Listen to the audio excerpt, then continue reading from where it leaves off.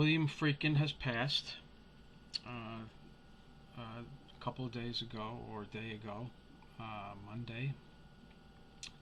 And I just wanted to address that, put together a little video, go over some of his films, and do a little tribute, so to speak.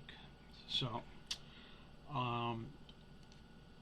he is someone who went out as a young man and saw Citizen Kane and was just floored by it. He couldn't get enough of it. He watched it several times in a row at a local theater, a revival house, and that set forth his love of film.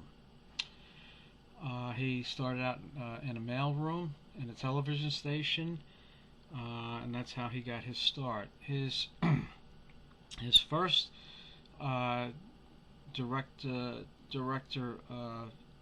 directorial debut was in an episode of the Alfred Hitchcock Hour, and it was actually the last episode called Off Season.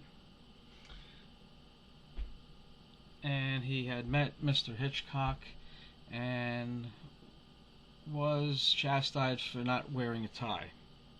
Go figure.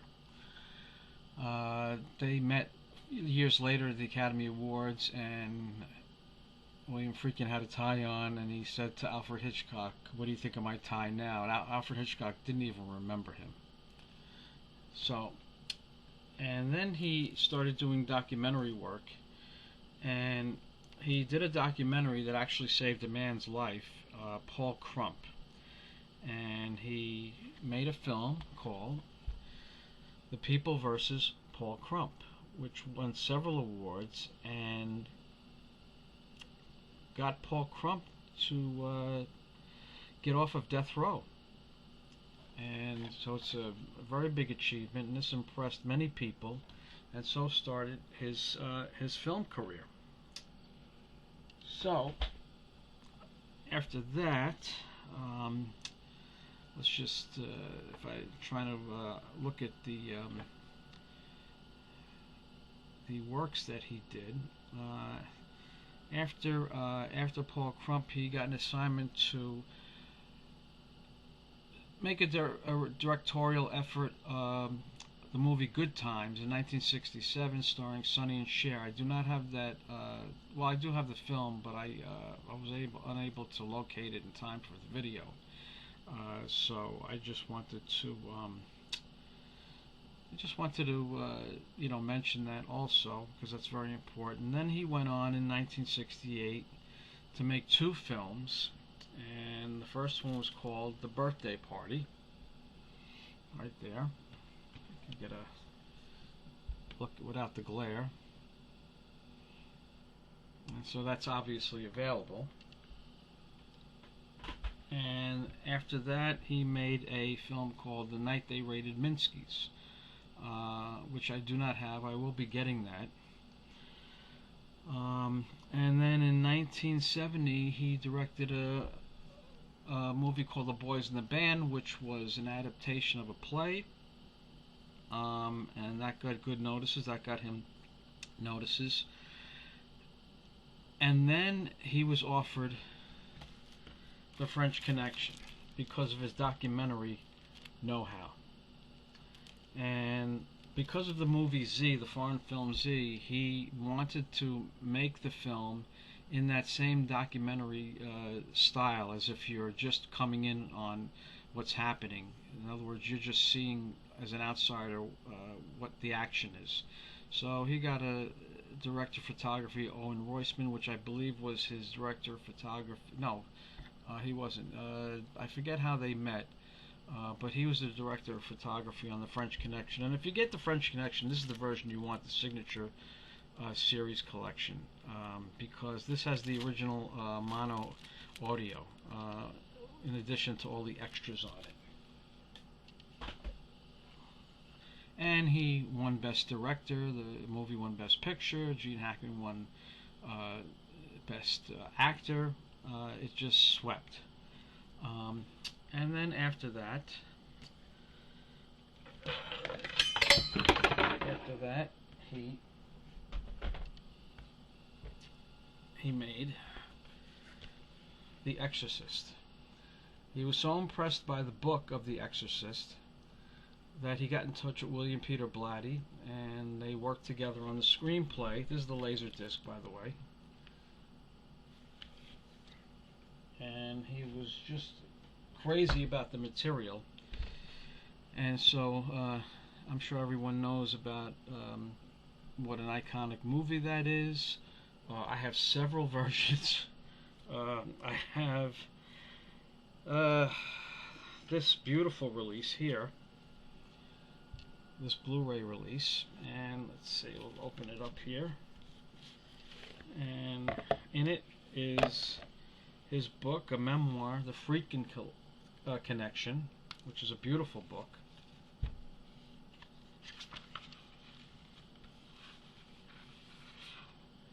So this is a good release to have. And as you can see, and this contains the regular cut and the new unrated director's cut. And I incorporated the DVD releases in with this, so I made a combo pack. So we have that. And let's see, I have another release here, just the regular Blu-ray.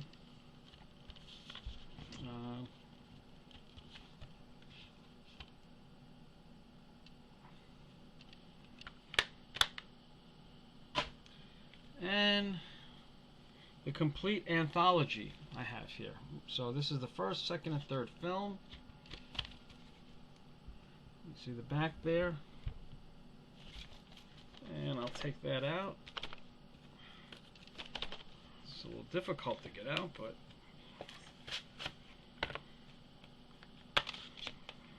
and let's see, keep the discs from coming out. Sometimes these cases are terrible. And this also contains the theatrical cut and the unrated cut. And this is also, I consolidated this of the Blu-rays and the DVDs.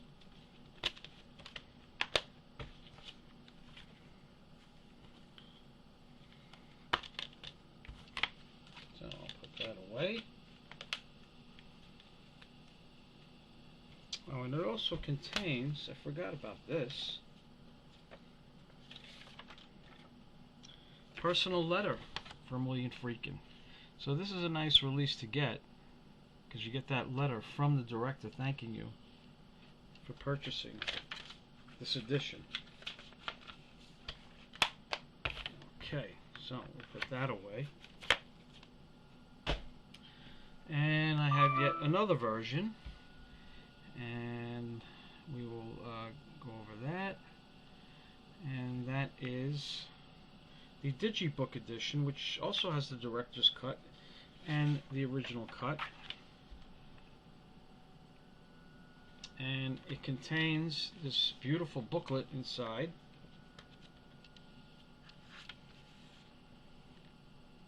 Which is actually attached to the release.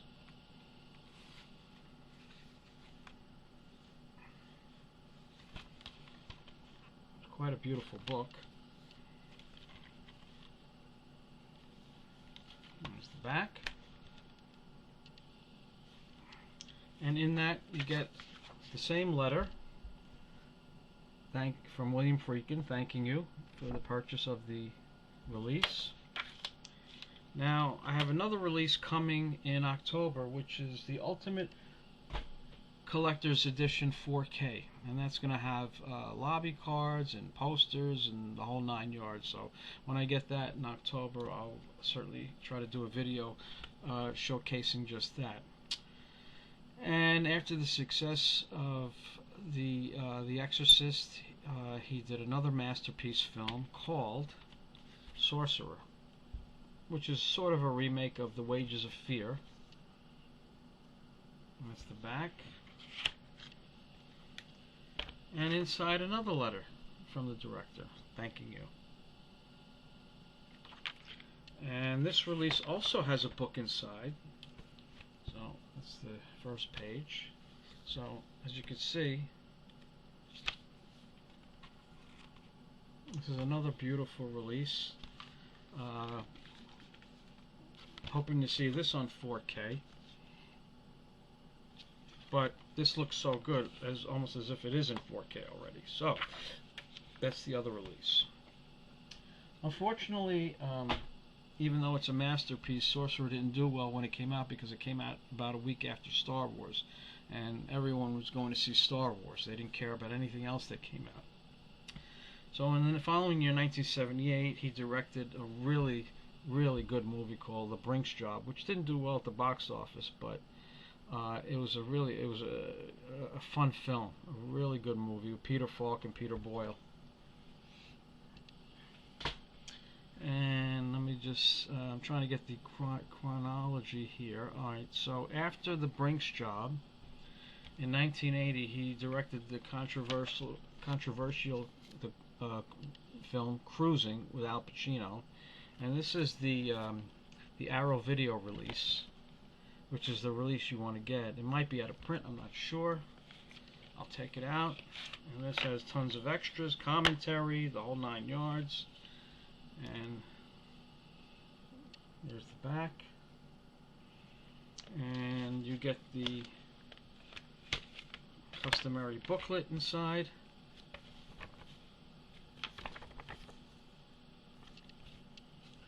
And here are the discs. I made a combo pack of this too. That's the disc that actually comes in, but I also incorporated the DVD that I already had. And here's the reversible art on the inside. So this is the release you want to get.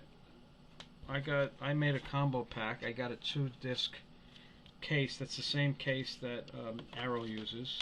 So I just made my own combo pack, which I do often. Saves you a lot of space.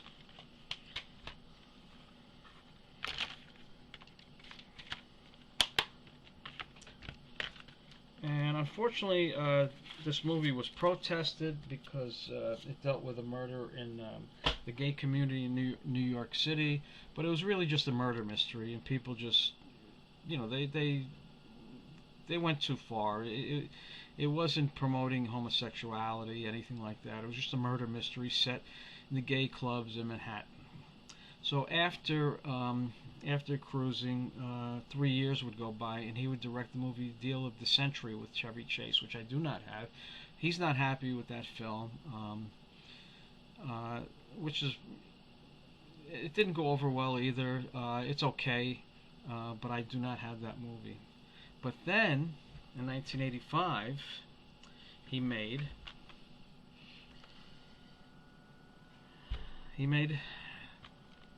To Live and Die in L.A., a great crime thriller.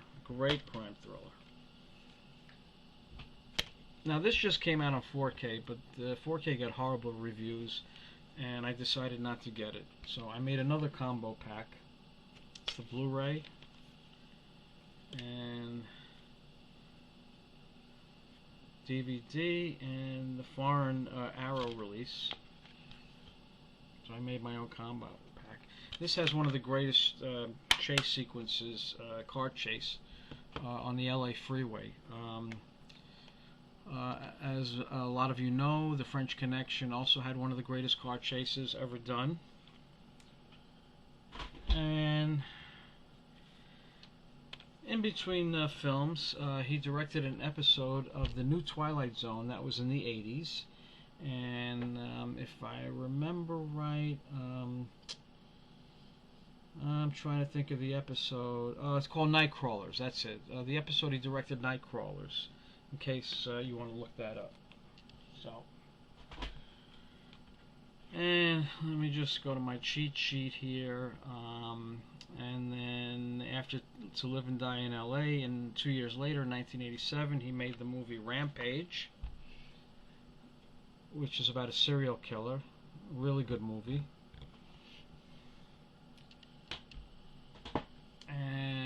then he made the movie The Guardian. And let's see, The Guardian was in 1990, so that was another 3 years later. And I believe in between these times he also started conducting orchestras and operas. So he would do that too. So this is another good film, The Guardian. Pick that up. And let's see, The Guardian, again, that was in 1990. Then 4 years later, he did the movie Blue Chips with Nick Nolte. I do not have that film. And then the following year, he did the movie Jade. And I have the Blu-ray and the DVD in here, so if you ever want to see that. But the only thing is, he did a director's cut, which you can only get on VHS and Laserdisc and Amazon Prime Video, I believe. So that's the version you want to see, and that's the version that he wants you to see. Okay, let me go back to my cheat sheet, and then that was in 1995, Jade, and then in 2000, actually, he did the movie Rules of Engagement with Samuel L. Jackson and Tommy Lee Jones. And that's another good film that he did. Recommend that. And then in 2003, it's almost each of his films have around a 3-year gap in between each one. He did the movie again with Tommy Lee Jones called The Hunted, with Tommy Lee Jones and Benicio del Toro. And there's the Blu-ray, front and back. And this was an excellent film. He had a hard time directing Benicio del Toro because he was such a method actor, but Tommy Lee Jones he absolutely enjoyed working with. And again, that was in 2003, and then in 2006, another 3-year gap. He did an excellent movie called Bug with Ashley Judd and Harry Connick Jr., I believe. So